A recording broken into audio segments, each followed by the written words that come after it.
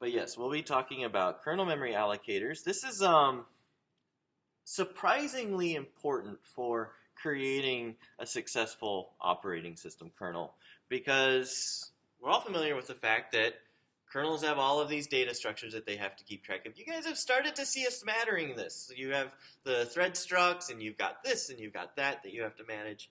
So there's a few other things that you'll encounter over time, and you have all of these things that the kernel has to manage. You also have buffer space that kernels frequently need. Okay? And so the kernel has to include some kind of memory management facility. It has to have some kind of dynamic memory allocator to actually satisfy these various requests. And there's two kinds of allocation.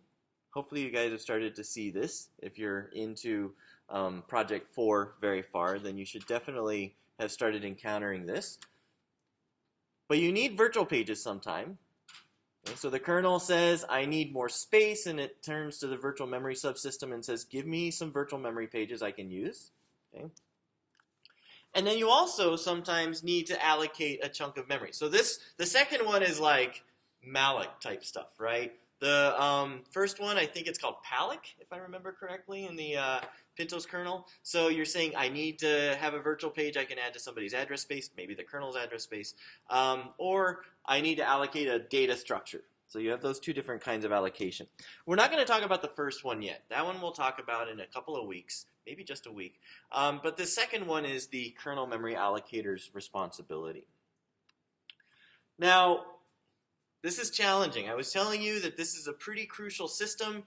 Already we have something that is going to be used by many different parts of the kernel. So it has to be fast. If it's slow, everybody suffers. That's kind of the rule when it comes to kernel implementations, is that the kernel has to be really efficient, because if it's not, everybody suffers. Okay? Also, and this is more interesting and more challenging, this allocator is called from interrupt context sometimes. What is the implication of that? Remember, interrupt context, you're not allowed to passively wait. You're not allowed to switch away from the thread. So in interrupt context, we have to be able to satisfy the allocation request always, or we have to be able to fail if it's okay. So kernel allocator is called from interrupt context, and we don't have a lot of memory. Well, you are not allowed to do all of the stuff that OSs do to get more memory. You can't say to the pager, hey, collect old pages and evict them. What if they're dirty and I need to do an I.O.? Okay? Well, now I'm doing a slow operation. I'm not allowed to do that from interrupt context.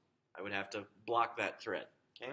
So in these situations, basically, you have to have a special operating mode for the allocator. And so you'll see allocators that basically say, are you in interrupt context? Well, then I will try, but I will not do anything that waits. So it is definitely possible that I will fail the allocation request. Okay? And there are ways of avoiding this. The kernel can keep a memory pool specifically for interrupt handlers to use. Okay? Knowing that they tend not to nest very deeply, they tend not to be really, there's 55 interrupts all going at once, things like that don't happen. So keep a little pool, and then your interrupt handlers will be okay. They can ask for memory and get it. Also, the second mode would be, are you in process context? And if you are, it is perfectly fine to put the process to sleep while we look for memory to satisfy the request. So in this situation, obviously swap hasn't overflowed or anything like that. If we have space available, this will eventually succeed, although it may take some time. Okay, so you can see that we have these two modes. Any questions? So that's pretty straightforward. I'm not really going to talk about this a lot more than just to discuss those things, because obviously you can sort of plan your allocation approach to take these things into account. Thankfully, you guys don't have to. I don't think this is something that you have to worry about in Pintos at all. Another big issue, fragmentation. I've mentioned this multiple times already in the class. The kernel is the piece of software that runs for the longest amount of time on your computer. It's there when you start, and it's there when you shut it down. So you have to think about fragmentation very much to make sure that you don't use your memory inefficiently. Okay? So this is something that all of these allocators have to think about. Now, there's two kinds of fragmentation. We haven't really talked about this a whole lot. We kind of brush over this topic in CS124. But there's two kinds of fragmentation, actually. One is basically the program's fault, if you will. Basically, you have different size blocks being allocated and deallocated, and they have different lifetimes. And the upshot of that is that you end up with free space that's interspersed with allocated space. So we allocate 1 kilobyte, then 2 kilobytes, then 1 kilobyte, then 2 kilobytes, and we free the 1 kilobyte blocks, and we have 2 kilobytes left, but it's not contiguous. So if somebody asks for 2 kilobytes, even though we technically have it, it will fail. Okay? So that's external fragmentation. And I always get these terms, external and internal fragmentation, mixed up in my head. The easy way to keep track of it is that it's from the perspective of the memory allocator. Okay? This is due to behavior outside of the allocator that I am suffering fragmentation. I will mention as a little aside, I hope I have time to talk about this, but older operating systems had a really interesting technique that they would use, because when you would make a request through some API that the OS exposes, a lot of times you would get back a handle. And there was a specific reason why you would get back a handle and not a pointer, and the reason why is because it would allow the kernel to compact memory and actually move the location of things. If you don't have an actual pointer in your code, but you have a handle, then the kernel can change where that thing actually lives. And so that was a technique that was used very heavily to avoid fragmentation in earlier OSs. So that's another thing that is often employed. Okay? Because we talked in CS124 about how you can't move things around when you got pointers to them. Well, if you have a level of indirection, then you can avoid that. Okay, internal fragmentation. That is inside the allocator. So now it's because of the nature of the allocator that I end up wasting space. Okay, so that's a constraint imposed by the allocation strategy itself. Let's say that our allocator is implemented to hand out memory in multiples of 1 kilobyte. For whatever reason, let's say that's a virtual page size or something like that. So if somebody asks for 750 bytes, well, sorry. I will give you 1024 bytes, and you can use the first 750 bytes, but then I'm going to waste a little bit of that space. And then you have various other requests come in, and you can see that based on the request size, I will lose a certain amount of memory. Okay? And so you can see that depending on the allocation strategy or the placement strategy or whatever strategies the allocator is implementing, you can end up with a significant amount of space lost. So internal fragmentation is another issue that you encounter with allocators. Okay, other thing. We're talking in the kernel. The kernel is sitting just above the computer hardware, so it really can't afford to be ignorant of the abstractions that the hardware actually exposes. So when you have a kernel implementing an allocator, a lot of times that allocator asks for memory and receives memory in units of the actual page size, the virtual memory page size. So yeah, you have this scenario. Allocator tries to satisfy a request for existing free space, but it can't, so it turns to the virtual memory system and says, hey, can you give me some pages? And the virtual memory system says, sure, here you go. So basically, you have to think about what is that page size, or maybe you need to work with a multiple of that page size. Can you tune your allocator to play well with the virtual memory page size? That's an important detail that needs to be considered in designing a kernel memory allocator. Okay? So this is another aspect of the challenges that kernel allocators face. Now, some neat things. We have some simplifying aspects of this problem as well. First one is that kernel allocation patterns tend to be pretty well understood by kernel developers, because guess what? They're writing the code, they understand the things that the code does. It also turns out to be relatively straightforward to analyze. There's been some interesting research in this area. So basically, allocation requests tend to be small. They cover a certain range of sizes, and they tend to be large only when we need buffers to hold data. To send out on a network, or maybe we have a keyboard buffer or a file system buffer, something like that. So you have large requests sometimes for those things, but most of the time you just want little tiny things. I want a file struct to keep track of the fact that this process asked for a file to be opened, things like that. You also have the same size asked for very frequently. Okay? So again, this is like already very different from a general purpose allocator that you might have in libc or something like that, because you think about that allocator, it's got to handle allocation requests for like all kinds of different program behaviors, different orderings, all of this kind of stuff. But the kernel is one program, and this allocator is basically built just for the kernel to use. So you end up with this kind of pattern very frequently. Allocate, use it, then you release it, and then eventually you say, I want another one of the same size. Okay? So you get these kinds of patterns very frequently inside kernel allocation. Okay? So allocate free, reallocate is what we call it. And so if we have a kernel memory allocator that takes this into account, frequently it can be much more efficient in handling these kinds of requests. You guys remember coalescing? You have adjacent memory regions and you say, okay, I'm going to combine them into a larger one. How do you think coalescing would play well or badly with this allocate free, reallocate strategy? Not very nice, right? Because if you asked for a block of a certain size and then I take it and combine it to something larger, and then I immediately ask for that block again, another block of that size, well, I would have saved myself some time by not coalescing, right? And so a lot of allocators will defer coalescing to avoid wasting time in these kinds of scenarios. Okay. Very simple allocator, resource map allocator. This is basically what everybody creates for CS24. We also call it sequential fits or explicit free list allocators. You see it given various names in the literature. And the way that it's discussed, at least conceptually, is we maintain some kind of list of free regions. Okay? And you could do it as a separate linked list if you wanted to, a list of base size pairs where base is the starting address and the size is the size of the memory region. Obviously, a lot of times we actually do that in the memory pool itself. We just maintain this list of pairs.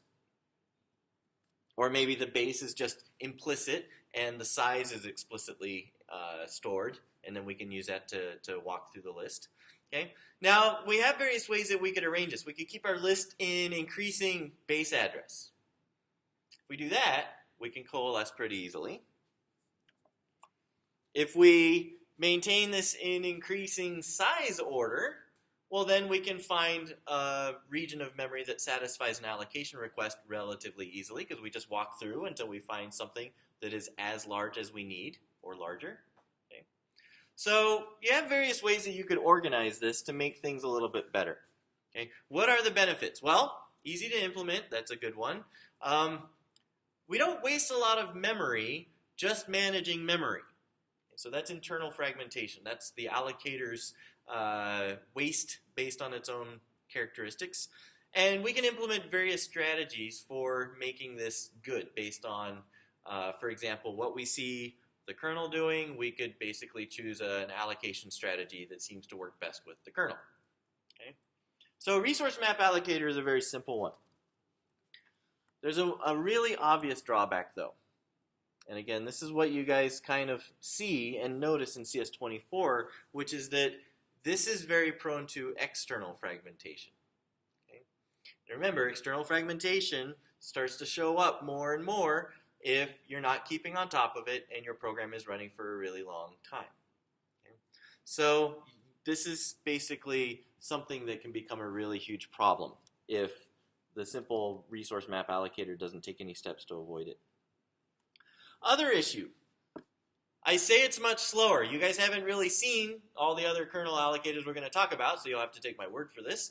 But basically, our allocation requests take a long time to satisfy because we've got to look through lists. We've got to find a block that's the right size. Maybe we need to split a block. Maybe we need to update lists to keep things in a particular order.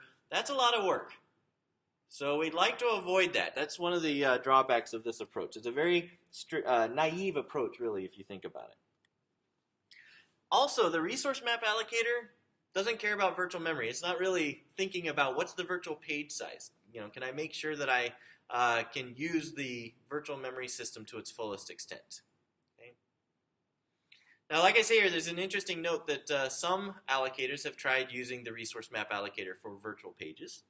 And I suppose that would work. You would have fewer fragmentation issues, fortunately, but we have better techniques. So we're going to go ahead and not explore this in much more detail. Now, the power of two free list allocators. So this is a little bit of a step forward. What you notice is that we can gain some benefits by constraining allocation requests in various ways. Okay. So somebody says I need 60 bytes, we round it up to 64. Somebody says I need 100 bytes, we round it up to 128. So this is going to round it up to the next power of 2. Okay? And like I say here, if a request spans multiple virtual pages, we just expand the request size to cover some integer number of virtual pages. Okay. Now we can actually do something where we segregate the values or the blocks based on their size. So that now we can go look for a block in a particular list. Okay? They asked for 800 bytes, so I'm going to go look in the 1 kilobyte block list. Something like that. Okay? And also, if you keep this array in a particular order, then when you have a request that is not satisfied, you can just hunt through the next larger things to try to find a block that perhaps you can split or something like that. Okay? So let me see. Allocation is usually fast. Okay? We know that rounding up to the next integer power of 2 is not too hard. Okay? There's little tricks for doing that kind of stuff. And then we just go look in the list and see if we have any blocks. And if we don't find it, we can just hop down the list through larger blocks till we find something we can split. Okay. Now when we free, well, if we somehow remember the block size, then we can just stuff it back into the free list corresponding to that block size. Okay? So that's pretty straightforward. So like I say here, how do we tell what list corresponds to an allocated block? We have this little block here. Somehow it has to know that it belongs in a particular list. How do we know that? So this is the challenge that you have to solve with this specific approach. I have a block. I don't know its size. I have to figure out where it should go. Okay. Well, there's a really obvious solution, which isn't great, which is have something that records what list that block actually goes into. Okay, so you have some way of doing that. But now you see you lose a little bit of space in the block. Okay, and remember that that block was a power of 2 in size. Well, I don't know about you guys, but when I program, I ask for blocks that are a power of 2 in size a lot. And unfortunately, kernels definitely do this as well because I have a device. The device wants to interact in chunks that are a power of 2 in size. So we have problems. Okay. So if we have a kernel requesting buffers or things like that that are a power of 2 in size, then a lot of times you lose significant amount of space because that gets rounded up to the next block size, minus a bit, and you lose the space. Okay? So this is not ideal. Okay? You can see this, it's better. It definitely has some improvements as far as allocation and freeing and coalescing are fast, right? Actually, coalescing is still bad, but we're not talking about that yet. But allocation and freeing are both pretty fast. But we have now internal fragmentation issues, and it's kind of exacerbated by the fact that we have these power of 2 blocks, and we're losing a little bit of it to bookkeeping. So, this is just exploring more details. I already talked about this a little bit. When I have a request that is not able to be satisfied because I don't have any blocks of that particular size, then basically what I can do is go up to a larger block and split it. So here's the example that I have is I need 64 bytes. I didn't have any 64 byte blocks before.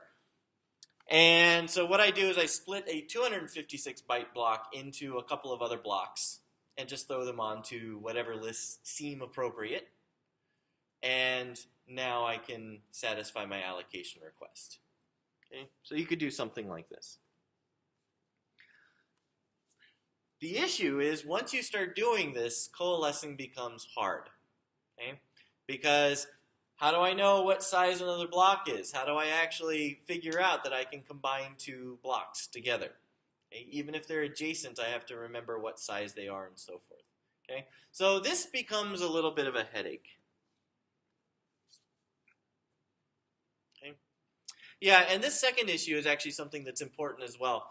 Remember that in virtual memory systems, we need to allocate pages to processes, but sometimes we need to take them back as well.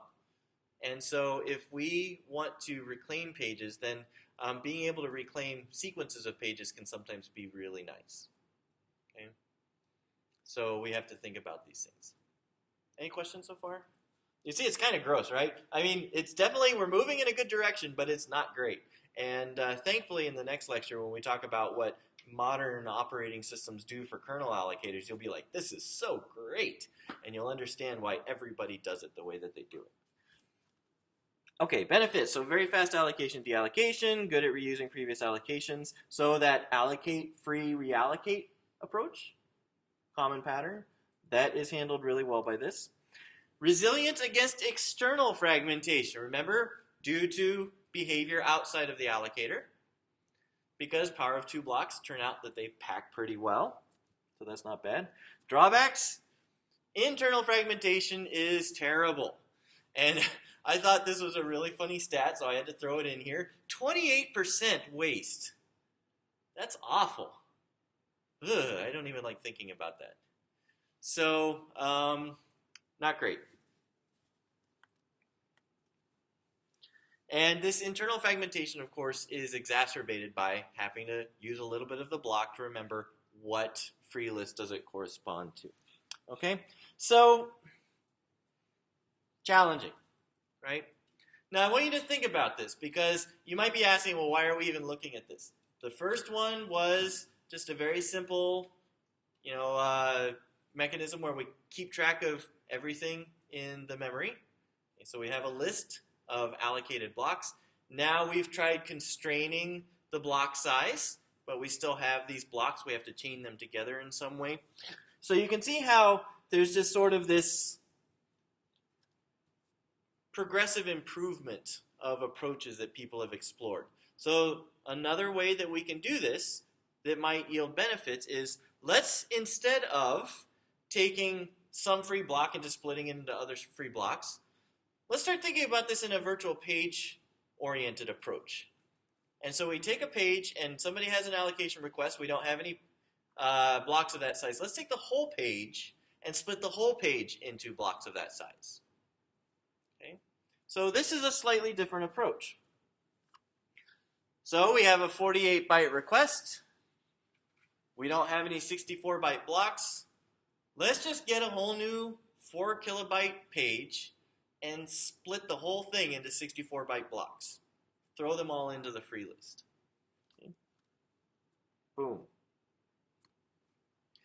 Now, we can actually, if we do this all the time, we take whole virtual pages and break them apart. Now we can start keeping track of block sizes on a virtual page level instead of on a block level. Suddenly, that becomes a lot easier. Our blocks are a lot easier to, people can use the whole thing. It's amazing. It's rocket science, right? So, you can still chain them together in free list because while it's free, presumably nobody is using it, so you can hook them together. But when it's allocated, well, you know what page it's in, so that's fine. This gave rise to what is called the McCusick-Carroll's allocator. Okay? And this is basically a power of two allocator that manages blocks on a virtual page level. So now you can see that this allocator is tuned pretty well to working with virtual memory systems. And like it says here, this was used in 4.3 BSD. So I can use the whole block. I was talking about that. That's a huge benefit because suddenly internal fragmentation issues start to disappear. So that's really nice. We still allocate power of two blocks. So if somebody says I need 40 bytes, then we lose a lot of space to that internal fragmentation. But this at least really mitigates a lot of issues. Okay? So basically the kernel would keep track of page level details. And you can see in 4.3 BSD that was called KMEM sizes. Okay? It's an array, and each entry in the array describes some virtual page. Okay? Each entry in the array would basically say, this is the size of blocks allocated in this page. Or it could say the virtual page was free. Or it could say it's a continuation of the previous allocation. The reason for this continuation thing is that sometimes you need multiple virtual pages. I need a buffer that's 16 kilobytes. And I have 4 kilobyte pages. So I need a way of supporting that as well. So this was an example that was given in the McCusick-Carroll's paper.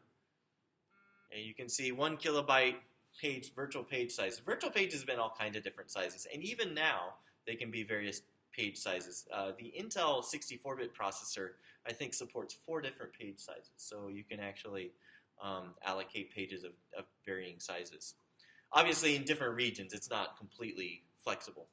But anyway, you can see that we have a sequence of pages. The first one is blocks of 1024 bytes, or block of 1024 bytes, 256 bytes. You can have 4 blocks and so forth. Okay?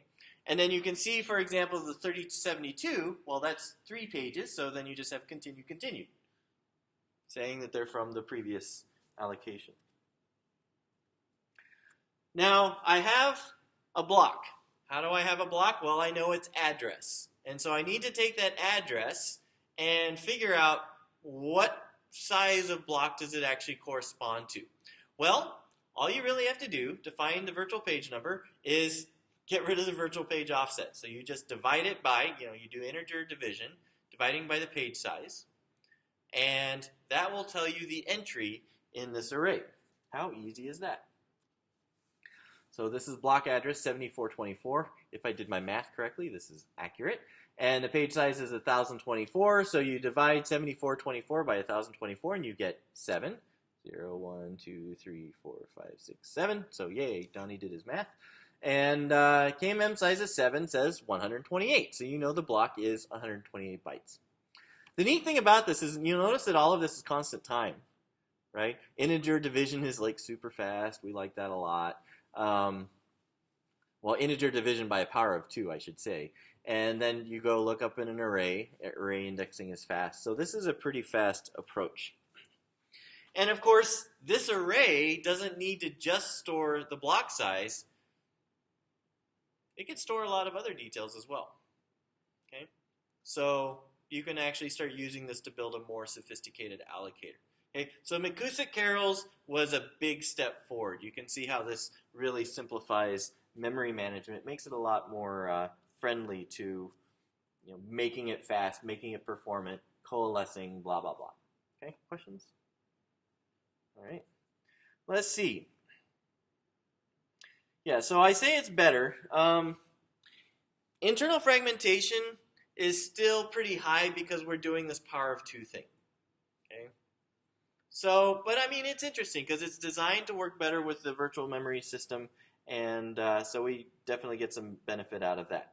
Now, the last one that I want to talk about, are there any questions about this one, by the way? Okay, so that's McCusick-Carroll's. You'll see that one mentioned frequently in OS texts. Then you have binary buddy allocators. And buddy allocators are really cool. I just love them. Basically, they also hand out allocations in power of 2 sizes. So you still have internal fragmentation issues. Okay? So you have size constraints. Buddy allocators also impose placement constraints. Okay? There's a couple of different kinds of allocators. I mentioned here Fibonacci buddy allocators, which we don't talk about, and there's other kinds of buddy allocators. But binary buddy allocators, basically every block can be divided into 2 blocks, and you can form a binary tree out of them. That's basically the way that binary buddy allocators work. Okay, so blocks have a particular size. The size is always a power of 2, so we say the block also has a corresponding size order, which is if you have 2 to the n, then it's basically the n. Okay? Actually, I'm not entirely accurate there because, like I say here, the block of order I, you always have an order 0 block size, which again is a power of 2. So if it was, for example, 32 bytes was your minimum size block, then that would be your order 0 block, and every order up from that would be, multiplied by 2. Okay, so if order 0 is 32 bytes, order 1 would be 64 bytes, order 2 would be 128 bytes, and so forth. Okay, yeah, well, that's in fact what I just said. Okay, so there you go. That is the size order aspect of this. We maintain free lists. Okay, that makes it really easy to, why do you have a free list? The whole point is to go find free blocks of a particular size quickly. That's the whole reason why you have a free list.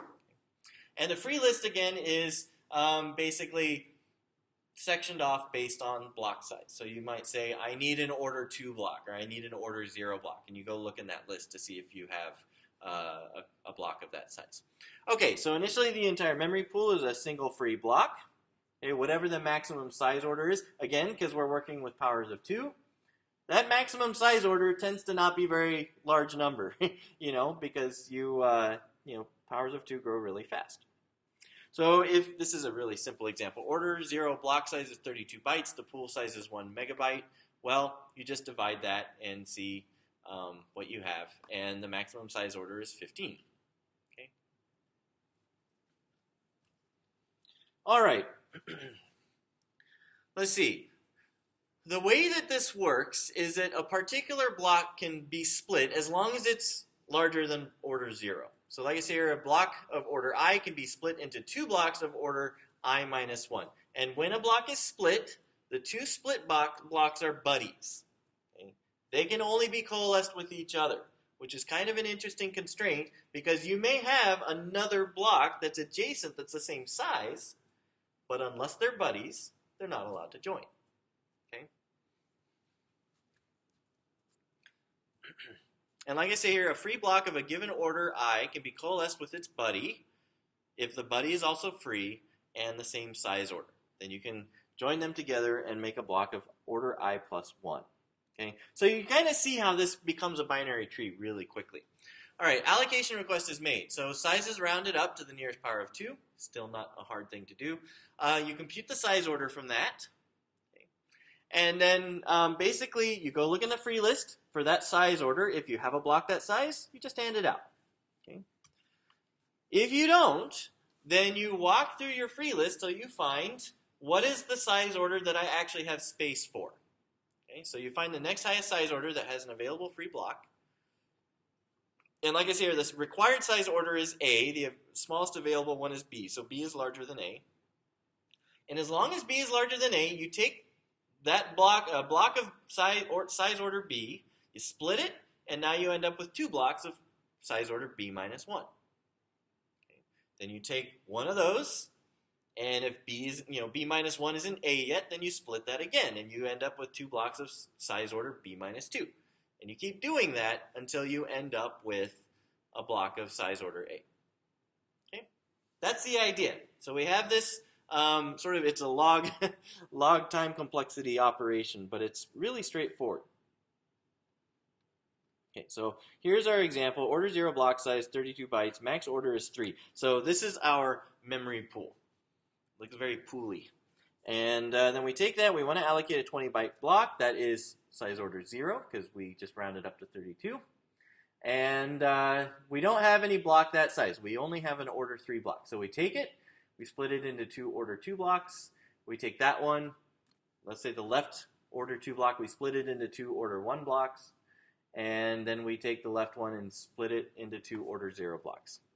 Now we have space to satisfy our allocation request. Okay? Everybody with me? It's like easy, right? You could write one of these. I actually wrote one of these for the CS124 memory allocator just to see how it would do. And honestly, the internal fragmentation was so terrible that its memory utilization was like 20% or something. Like, it was really, really bad. So I don't know. Maybe if I'd made the size order, the order 0 size smaller, we would have done better. But it was bad. And so now the grading rubric says, if somebody tries something clever like that and their memory utilization is terrible, don't penalize them because they were exploring something. Okay, so this is the memory pool state. We need a 40 byte block. Remember, order 0 is 32 bytes. Can we satisfy this? Very easy, right? We have a size order 1 block that's 64 bytes. Now, we're not computing internal fragmentation here, but you can already tell. If I'm saying I'll use 64 bytes to satisfy a 40-byte block request, we're wasting space. Okay, that's just life with buddy allocators. Okay, at least you have a buddy, right? So we have a free block of that size, so the allocation request is satisfied right away. Hooray! We allocate a 60-byte block. Size order 1. We don't have any more of those, but we have an order 2. So again, in our little operation, we look at order 1, the free list is empty, so we start walking up till we find an order with available space. We get to order 2. That'll work. We'll just split that. Order 2 block becomes 2 order 1 blocks. Okay? So now we have this situation. Okay? Now, when we free a block, this is where it gets interesting. We just go in and obviously record that it's free. We add it to the corresponding free list, whatever, so that's not very complicated. And then we set the current block to be the free block, because now we have to coalesce. And the way that we coalesce is we take the block, we find its buddy, and see if the buddy is free. And if the buddy is free, we combine them together into a new block of the next higher size order. And then we just repeat this process until we get up to the maximal size order that we can do. Okay. Typically, this is hindered by finding a buddy that's not free. Okay. So like I say, you find the block's buddy. If the buddy is the same order as the current block and is free, then coalesce the block and its buddy. And then you make a new free block, order A+1, and you just keep repeating. Okay. Remember, there's a constraint on placement. You are not allowed to coalesce with any other block except your buddy. Okay? And the buddy has to be the same size. So this is our memory pool state. Ooh, look, we had one more allocation on the end here. So we free the first order 1 block. And see, this is where you have to be careful, because where is this block's buddy? Yeah, it's to the left. It's not to the right. So we don't have any buddies. Okay? So we can't coalesce right now. We end up with a situation like this. Okay. Now we free the second order 1 block. Okay. And this block's buddy is to the right, not to the left. So again, we cannot coalesce. And so you can see how fragmentation is an issue with this approach. But you'll notice that it's really straightforward to do these allocation, deallocation, and coalescing operations. And that's the reason why people like this allocation approach. Okay, so we have this. We free the first order 0 block. And now we can start combining stuff, because we notice the first order 0 block has a buddy that is also free in the same order. So we go ahead and coalesce them. And we end up with this. Now our order 1 block, our brand new order 1 block that's a bigger buddy, has a buddy that's free as well in the same size order. So we combine those. And now we're done. Okay, you can see that we can't combine it any further. All right, any questions? Yes? I have kind of like an implementation question. Sure. If each of these blocks has some field that stores what its buddy is,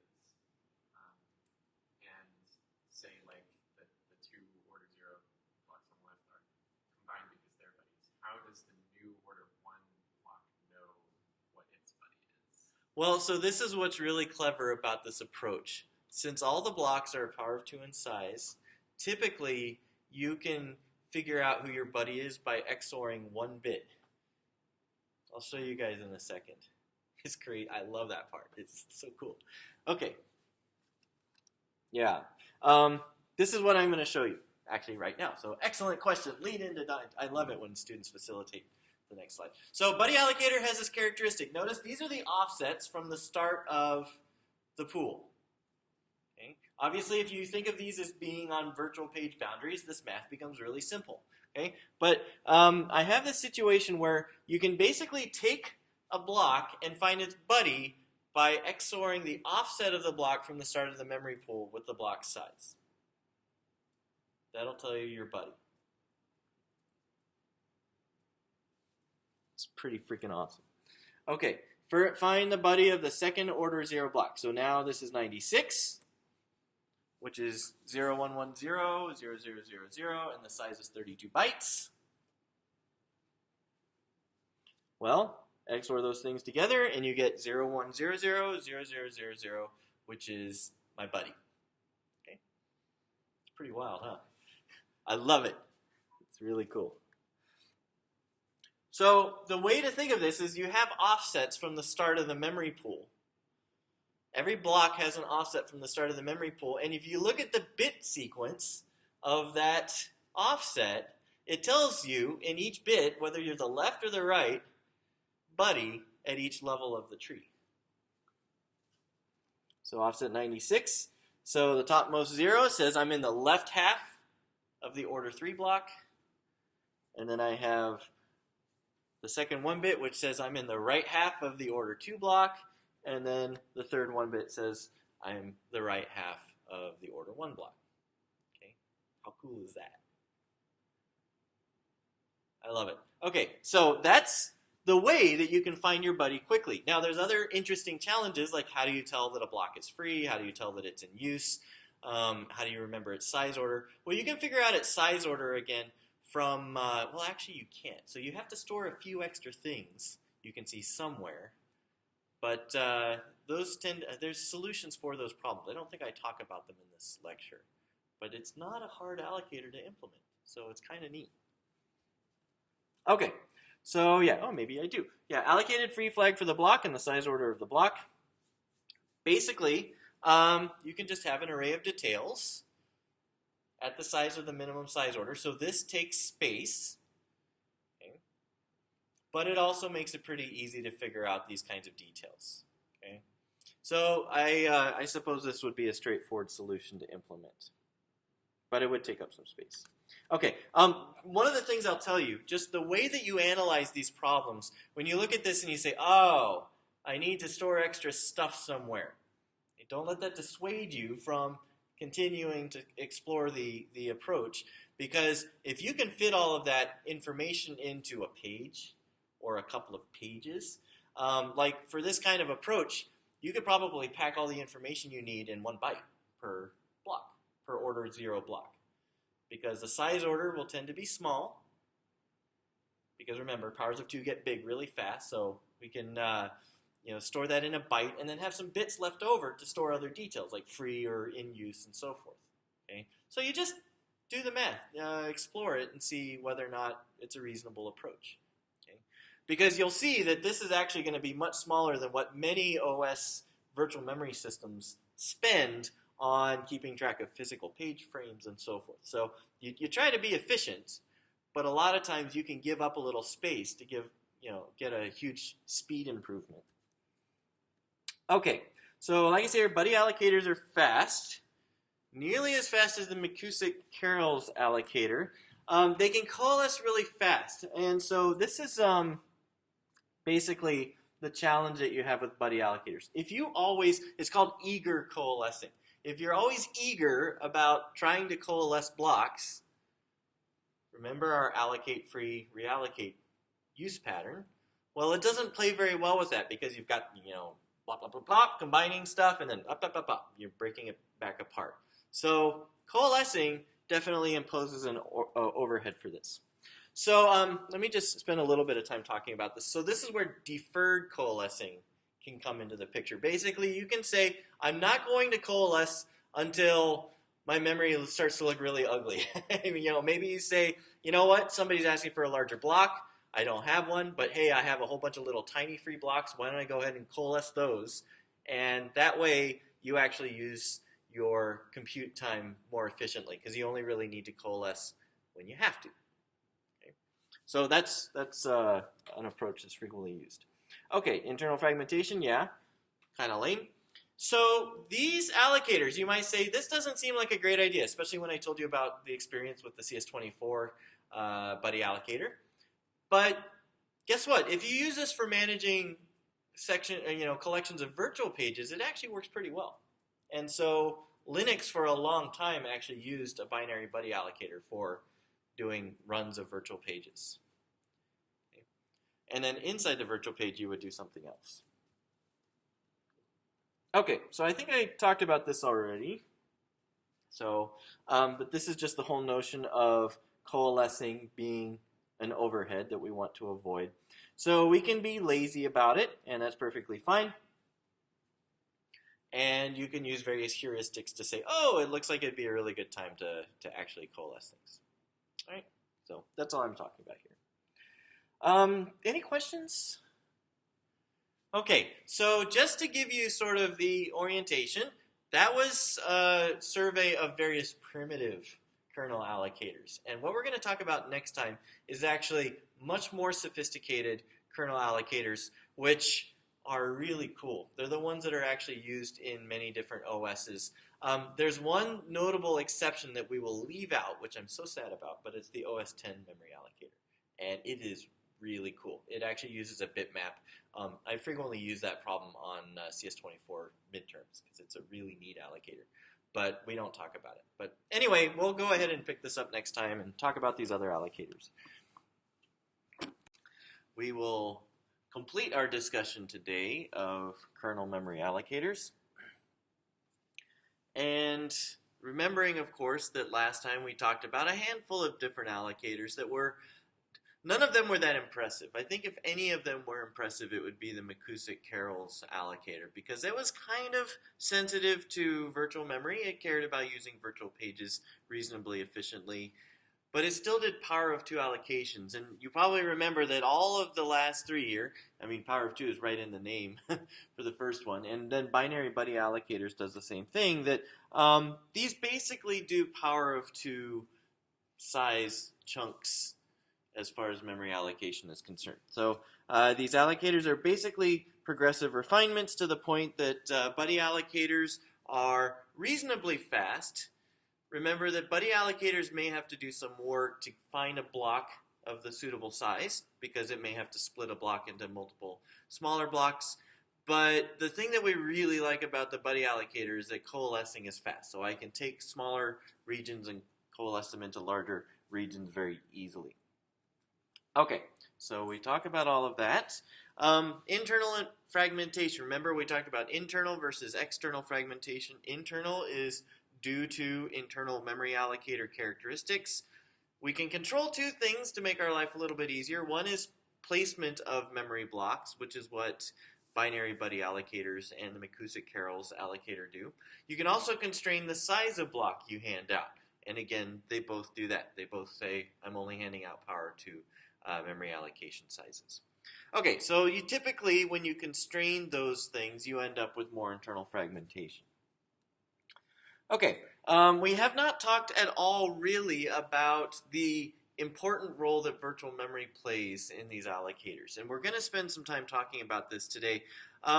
These allocators that we've talked about think about using virtual pages relatively efficiently, but they don't really think about virtual memory any more deeply than that. It turns out that sometimes, since we are the kernel, we have to think about physical addresses when we're allocating regions of memory. Okay.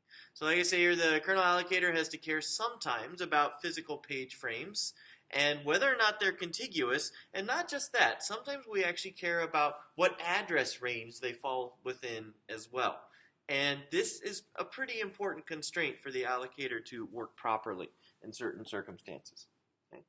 And this is very unusual because we don't think about this at all when we write user space allocators.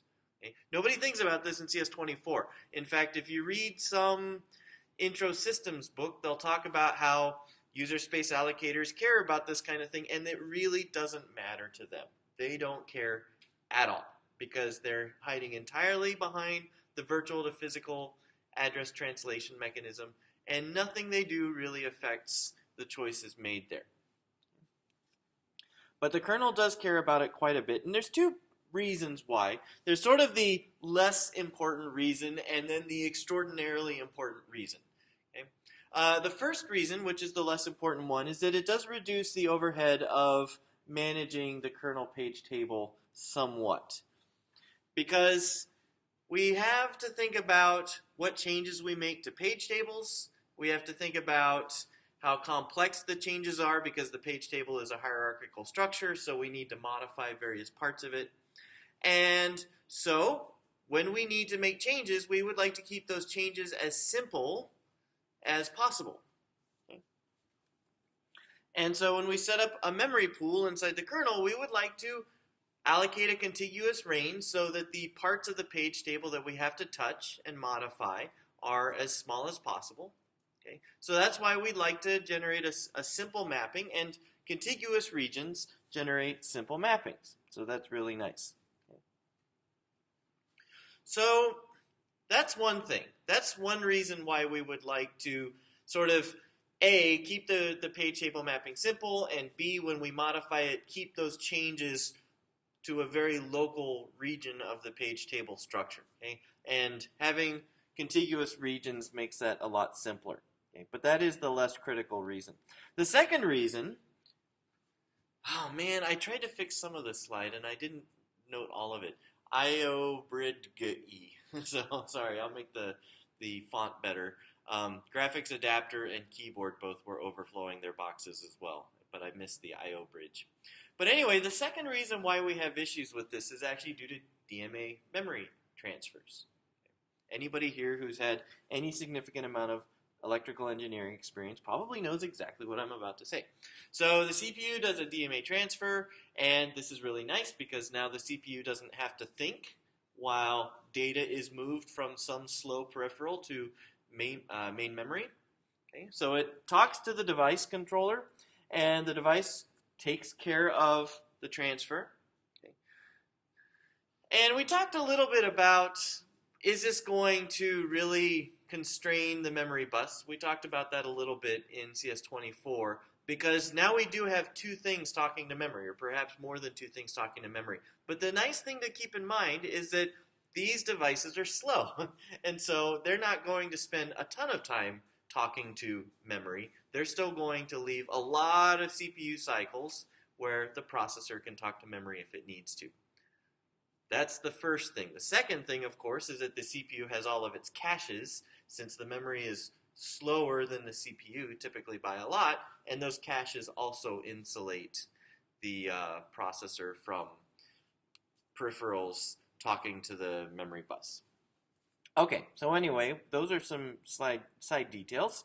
But the peripheral takes care of this transfer, and then it signals to the operating system kernel that the transfer is done by signaling an interrupt. Okay, so that's the DMA mechanism, but the question to think about is, what addresses is the peripheral sending to the, I see some no's, it's a very interesting question. So the peripheral is having to send addresses to main memory, and the question is, what addresses is it sending? Now, yes, the answer is in fact generally no, the peripheral is not going to use virtual addresses. But it turns out that there's this really interesting new development in peripherals and also the bridges sitting between memory and peripherals called IOMMUs. I don't know if any of you have heard of that, but that actually allows you to sometimes have peripherals that are in some limited way aware of virtual address space. But they're not common, and there's certainly plenty of peripherals that don't have an IOMMU or don't understand how to use it.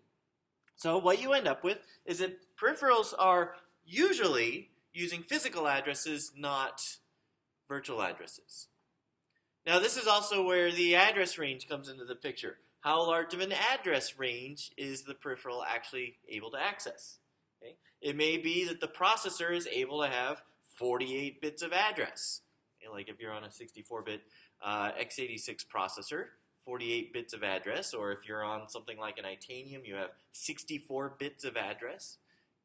But the controller may not actually be able to access that full address range, which means you have to put the buffers that that peripheral uses in specific regions of physical memory.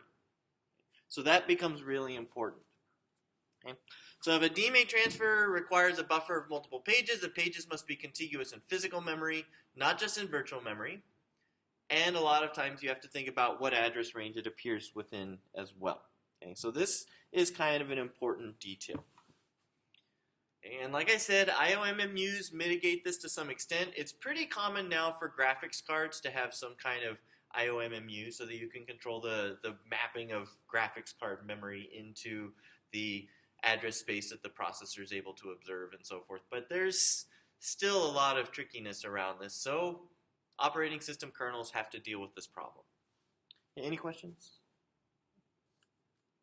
So, basically we're going to talk about two important kinds of allocators today, but you'll notice that it all sort of centers around this one theme of cached objects. Okay, so that's why we use the term cached object allocators.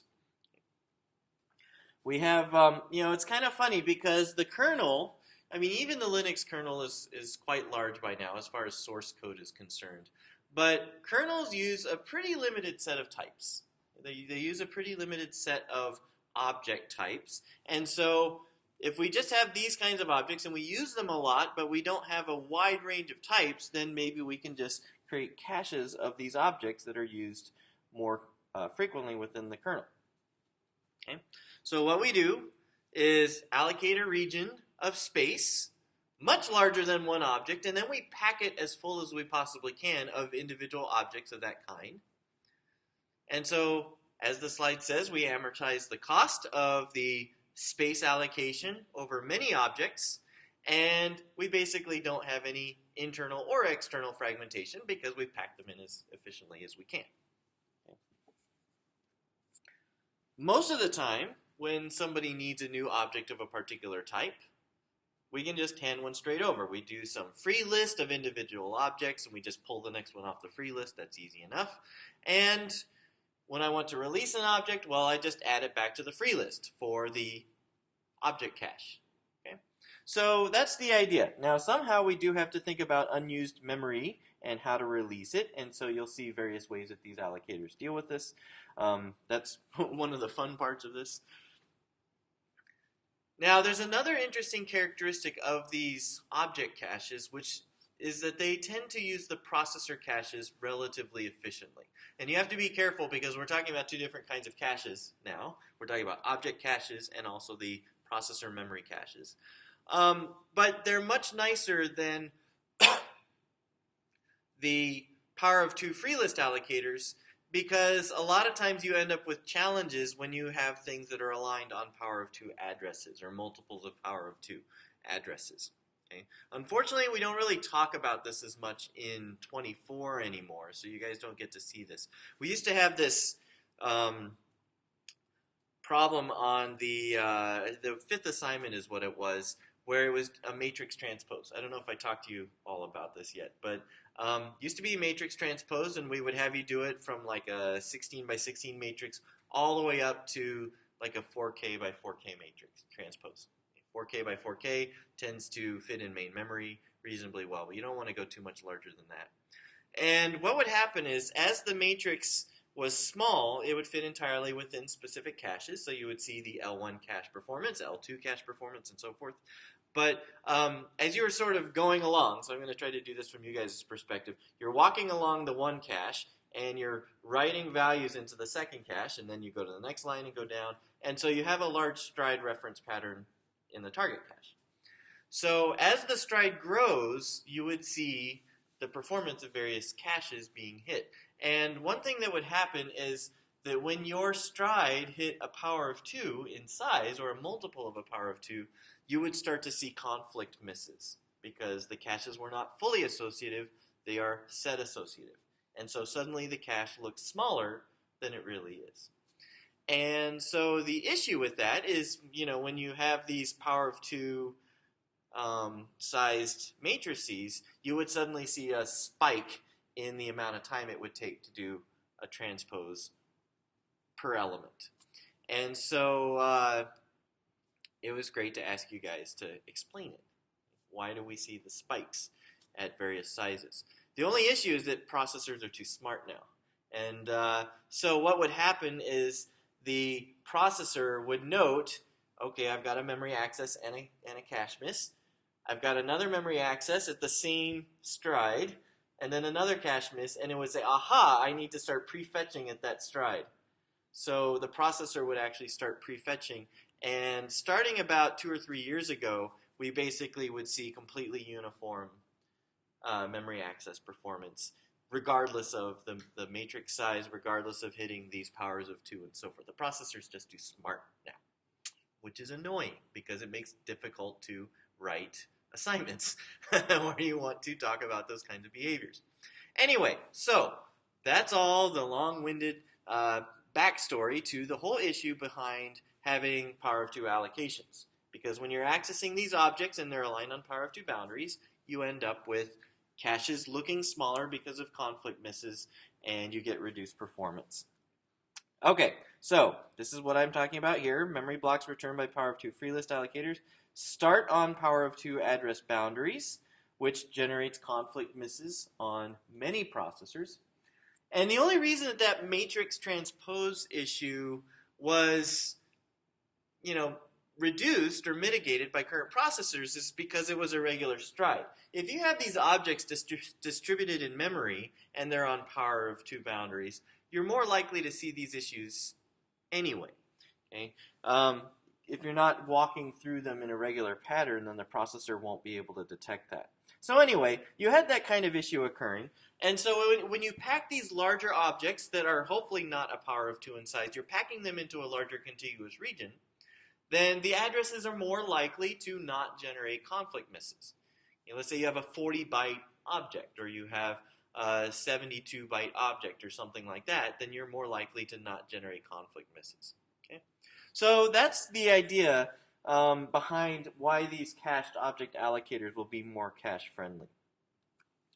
Now, the first allocator I wanted to talk about with this whole cached object approach is the mock zone allocator, which I only see one person with a Mac, so that's too bad. Because there's something cool that you can do to actually see the zones on the OS X kernel, like it uses the mock allocator, and you can print out this kind of information.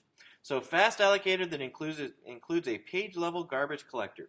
So the zone allocator, as you can guess from the name, has zones, and each zone is for objects of a particular size, or really objects of a particular type, but you can see how this could easily be applied to objects of a specific size as well. Okay. So you have a zone for process control blocks. You have a zone for file structs. You have zones for semaphores. You have zones for mutexes. Whatever it is that the kernel internally needs to allocate, you have a zone for it. Okay? And even zones. You have some descriptor of zones. Those are in the zone of zones. Okay? I think that's as deep as it goes. You don't have a zone of zones of zones. That wouldn't make any sense.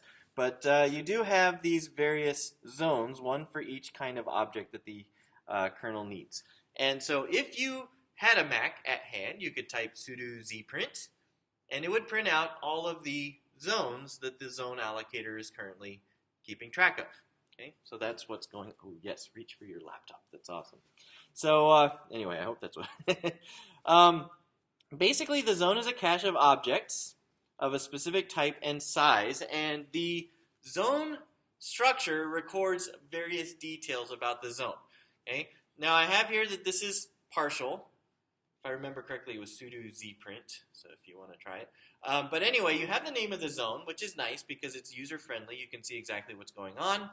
You have the current zone size, the maximum zone size, and the allocation size. You have the size of elements within the zone, and you have a free list through the objects within that zone. Okay? So name of the zone, semaphores or threads. You have the size of elements. Now, the current maximum and allocation size of the zone are all basically multiples of virtual memory page sizes. Okay? Because we want to allocate multiple virtual pages because we want to amortize the cost over the objects in that zone. Okay. How many objects are in use in the zone, I don't have listed, but you also have zones chained together. Okay. Partly because a zone won't necessarily be able to hold all the objects that we want to store in that zone, so we have to be able to link them together. And the free elements in the zone are chained together via a free elements pointer. Okay? So VM offset T, it's a void star. There's probably a few additional constraints on it, but it's a void star that we use to chain together the free elements. Okay, so we have pictures now. We have a zone, and it has some number of virtual pages associated with it for storing the objects that are in that zone. So when I need more memory, the zone allocator will grab some virtual pages that are hopefully contiguous. Okay? And it takes that contiguous region and I guess I'm getting ahead of myself. Yeah, so the specific number of pages is going to typically be alloc size if possible. But if we have low memory, then it'll just try to allocate the minimum number of pages necessary to hold one of the elements. Okay? But the idea is that it will go ahead and try to allocate some chunk of memory that it can then use for objects in the zone. So next thing that happens is that collection of virtual pages is chopped up into elements. And you'll notice that our elements, I intentionally chose an element size. It doesn't fit uniformly into the boxes. So the first element in the first virtual page starts at the beginning of the virtual page, but then we get to the end of the virtual page and the element spills over into the next virtual page. This is okay because they're contiguous. And it's also okay because guess what? Our starting addresses of our elements are cache friendly now. Processor cache friendly. Okay? So you can see that elements can now span multiple virtual pages. We link them together into a list of free elements. That's easy enough. Okay. Everybody, I think, knows how to do this kind of thing well enough by now. And you can basically do this as often as you need until the zone is as large as is necessary. So you may have multiple regions of contiguous virtual pages that are used for this. Okay. All right. I need an object of a particular type. Well, there is a function for that called zalloc. I like the name. Basically, you tell it the zone, and it tries to allocate an object of the size that the zone understands. Okay?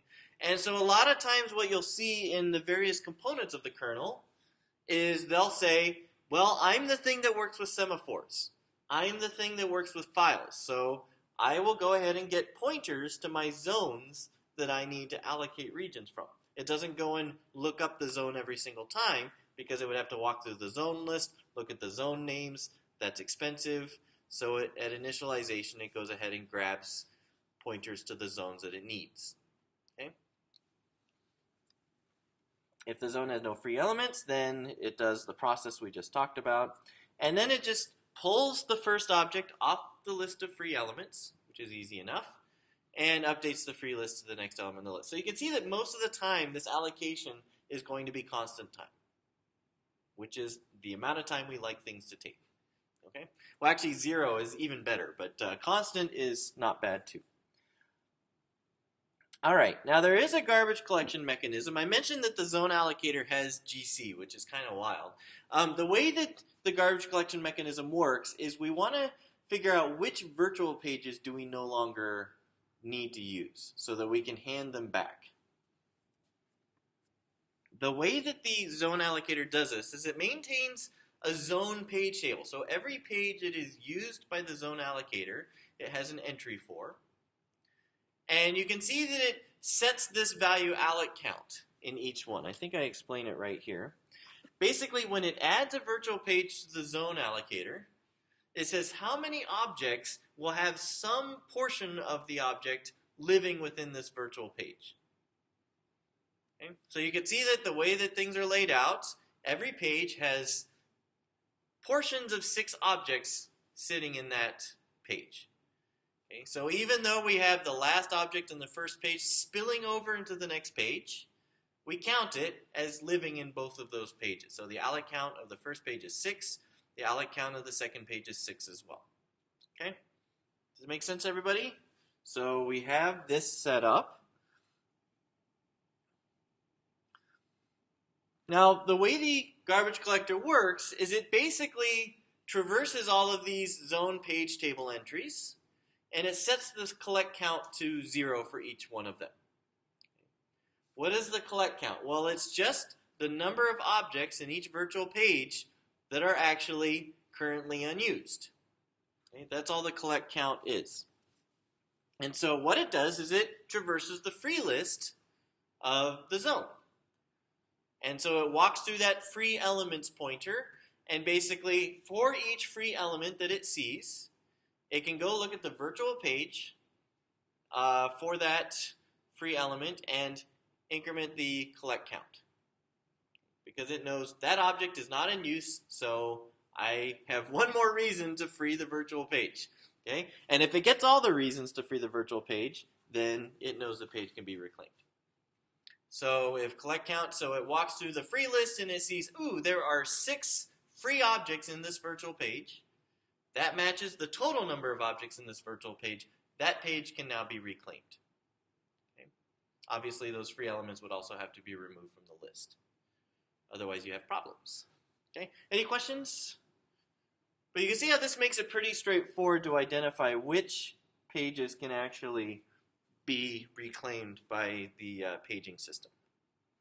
Okay, so garbage collector makes a second sweep through all the virtual pages used by the allocator, and basically anything with an alloc count equal to the collect count is marked as eligible for being reclaimed. Okay. Now, there's a lot of detail that we're glossing over right now because we haven't really talked about virtual memory systems yet, but it is queued up. So basically, when pagers work in most operating system kernels, it's not aggressive about reclaiming pages that may be eligible for being reclaimed. There's one really huge reason why. If anybody decides that they suddenly want to reference that virtual page, and we still have it around, well, then lucky us. We can just remap it back into the page table structures and reuse it. Okay? So we aren't aggressive about freeing up pages unless it makes sense and nobody's referred to it for a while. Okay? So that tends to be the reason. All right. This garbage collector is also run when the virtual memory pager is invoked, so this is all part of how mock is tied together.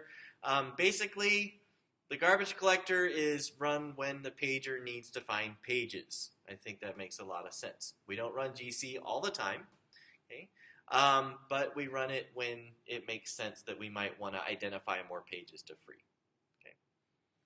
All right, so that's the zone allocator. Let me see. So a few more details about the zone allocator. So like it says here, the zone allocator has a zone for every kind of object the kernel might need to allocate. So you run zprint, you see junk that is printed out, you get an idea of what the mock kernel likes to allocate. Okay. And so you have that kind of information. But you also notice that you sometimes have allocations that are just general allocations. They're not for really commonly used objects. And so the nice thing you can do is just keep around zones for memory chunks of a specific size. Okay? And so if you look at the zone allocator allocations, you frequently notice, well, you've got various size memory chunks. So there's a Caltech-16 zone, and a Caltech-32 zone, and a Caltech-64 zone. And these are for just chunks of memory of a particular size. Okay? And same thing with buffers. You'll notice that there's buffers of various sizes so that when something needs to get a buffer of a particular size, you can just ask the zone allocator, and the zone allocator will have a zone for those things. Okay? So you can see that this becomes a really nice mechanism for supporting both specific object allocation requests, and also it's very good at handling general allocation requests when they occur, but it's expected that these will be much less common. Okay, any questions?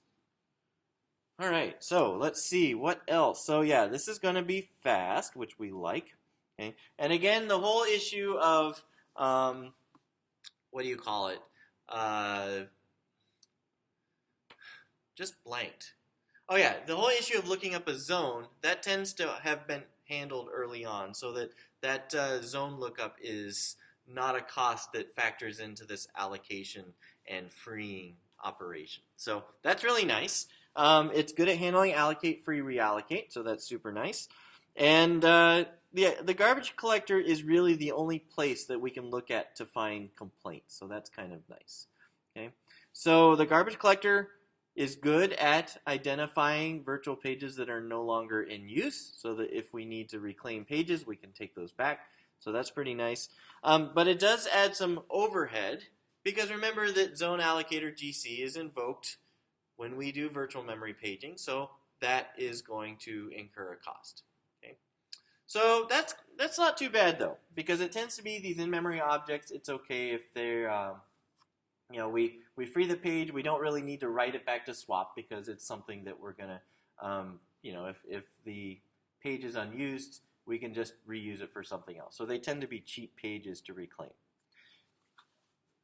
And the the assertion, when you look at zone allocators, is that the fact that this GC is going to be invoked at specific times and is going to potentially do a significant amount of work, people say, oh, well, that could impose various unexpected costs on the way the system behaves. But OS X uses it, so it can't be all that bad, right? I think Apple, I mean, OS X has been around for a while. Apple would fix stuff if it was really bad. So, hooray. Yes? Is there a reason why the garbage collector has to traverse every free list each time it's invoked, instead of just like keeping track of how many structs are like allocated in a given page? That is a really good question. So why not actually, so you're saying basically keep track of the collect count on as you allocate and release. I like that idea a lot, and that's probably how I would do it if I were implementing this. Why would they not do it that way? I guess they expect that that overhead is going to be far more common, like updating collect counts is going to be far more common than just going through and recomputing it when the virtual memory pager runs. The presumption is the virtual memory pager is going to run infrequently. So I suspect that that's probably their rationale, and I suspect that they're probably right. But like I said, I would implement it the way you just described. I would probably do it on an incremental basis anyway. So, yeah, it's a good question. I mean, you're already in the virtual page, so why not just update the collect count? I mean, the page table is living somewhere else, so you would have more CPU cache space being used. You might generate cache misses if you have to do that kind of thing. Yeah, I really don't know. The only way you would know for sure which one is better is by running actual tests and seeing performance-wise which is better. So there may be some research paper lurking out there that says, like, here's the data we collected, and this is why we made the choice we did. But yeah, I don't know offhand if one is better. Okay. Any other questions? All right, so that was a very good question. That's a very stimulating. This is the kind of thing that you see in OS research. We tried it these ways, and this is what we found. Okay, Solaris 2.4, again, an operating system that probably none of you have ever run, let alone heard of, and by this company that, again, you may have heard of, Sun Microsystems, which created Java and now does not exist anymore, which is too bad. But basically, they have this thing called a slab allocator. And you'll notice that slab allocators are just a variant of this whole cached object allocator mechanism. There's slabs, and then you'll notice that there's slobs, and then there's also slubs nowadays. So there's variants of this slab allocator approach. Okay? So basic concept is identical. The implementation details are different. And we'll talk about those a little bit today. So slab is just a sequence of virtual memory pages, contiguous sequence of virtual pages.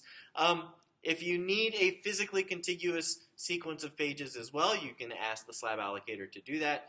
I don't think it's always required that they be physically contiguous. But you basically have a cache, and a cache is like a zone in the zone allocator. So the cache is for objects that are all the same type and size. Okay? And the cache is going to have 0 more slabs for storing kernel objects. And obviously, when a cache is originally created, we don't set aside any slabs for it, but then we can go ahead and allocate slabs for that cache as we go. And so, yeah, a kernel object may span multiple adjacent pages, so depending on where it appears within the slab, we may occupy 2 virtual pages, or if we had really large objects that were larger than the virtual page size, we would occupy more than 2 virtual pages. So, but very similar idea.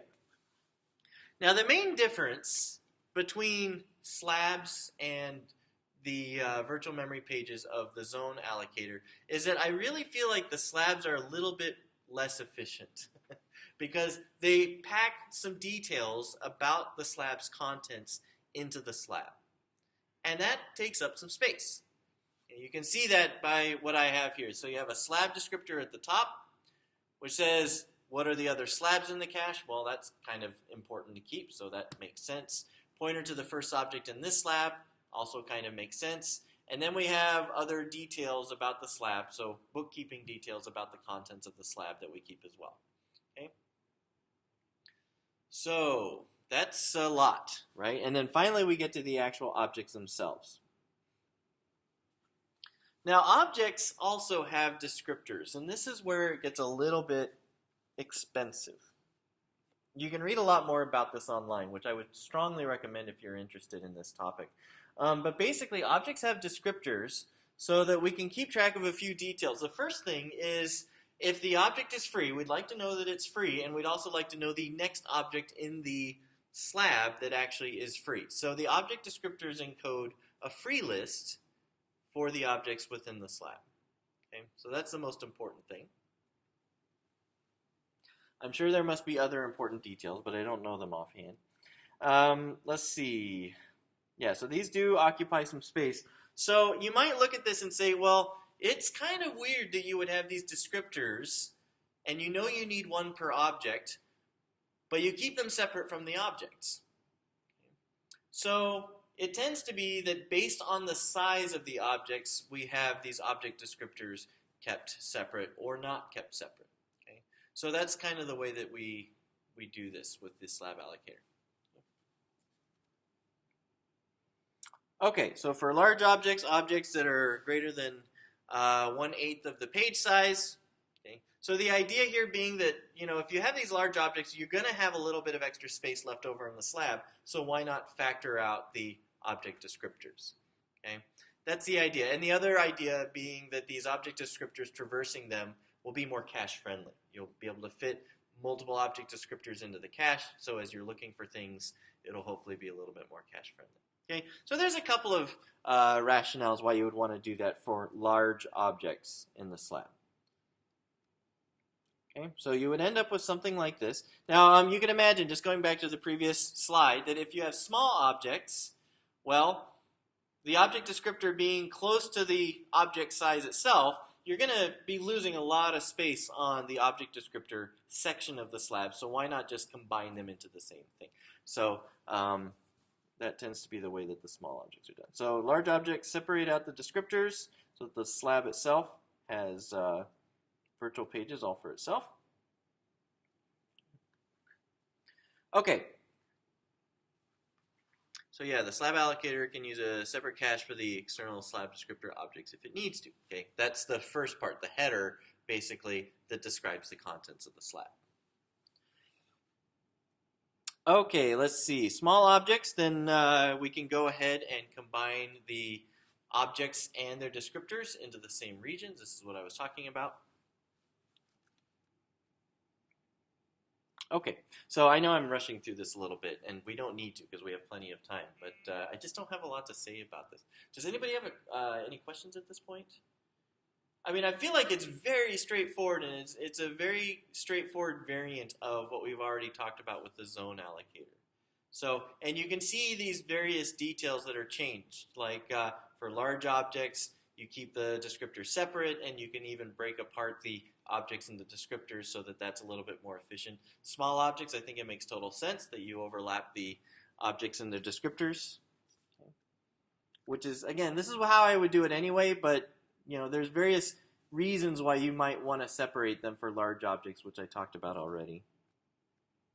Okay, so let's see. Yeah, the slab allocator can do basically the same thing. I mean, for slab allocator, you have caches for different size objects. So why not create a cache for general allocations when they're necessary, and also for buffers and so forth. So that's not a big deal.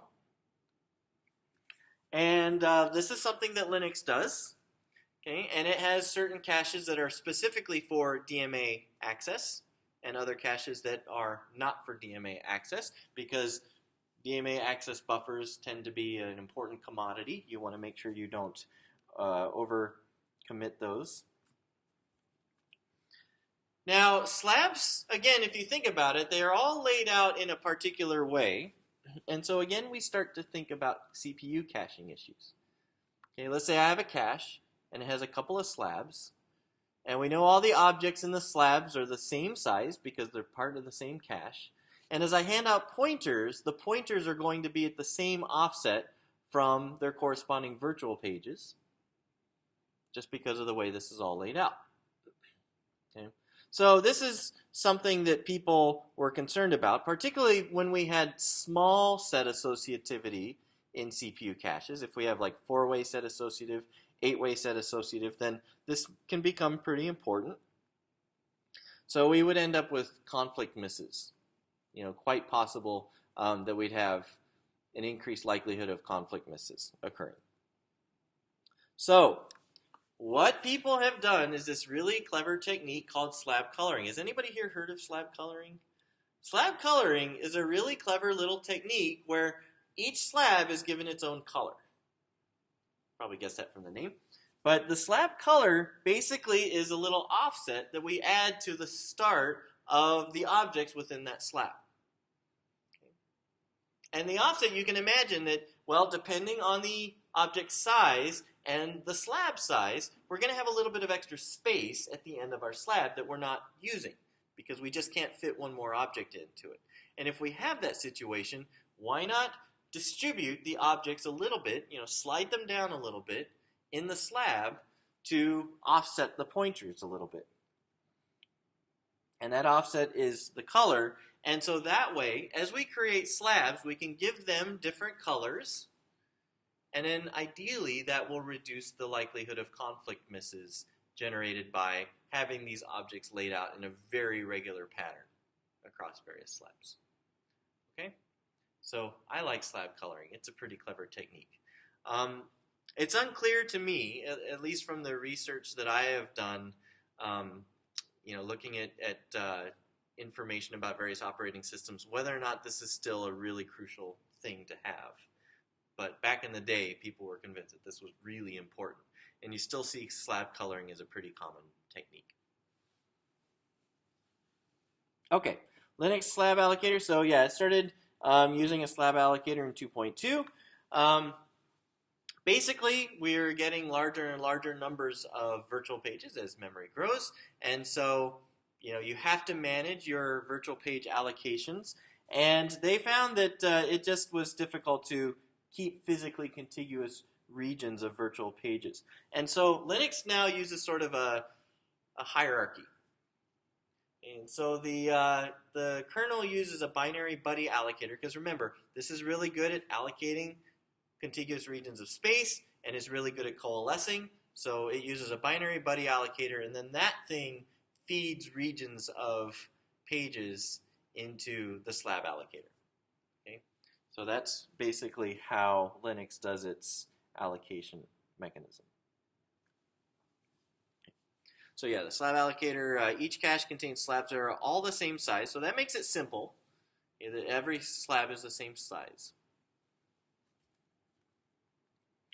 Okay, now the other thing that Linux does, because we do want to make sure that we keep if we're having a buddy allocator that's allocating regions of memory, and we want to make sure that we don't just have a little bit of data in a whole bunch of slabs, we really would like to avoid having a lot of memory that is used, because if you have a slab with like one allocated object in it, well, then we can't really reclaim it yet. So Linux basically categorizes its slabs into full, empty, and partial. And it tries really hard to make sure to use partially full slabs before it starts using an empty slab, because it just makes more sense to keep using something that's partially used than it is to start using something that's empty unless you can't avoid it. And so basically, yeah, you can see that it's doing this maintenance within the allocator to keep these things segregated. So a full slab it won't even look at. If it's partially full, it'll be able to look at those first, and then finally it'll go to empty slabs if it's necessary. Okay.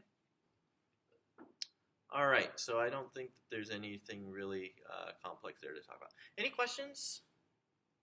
Okay, I believe that we are now done. So next time, I can't remember what we talk about next, but I think we're going to start talking about virtual memory very soon because the user process address or the user, my brain is addled today. I don't know why.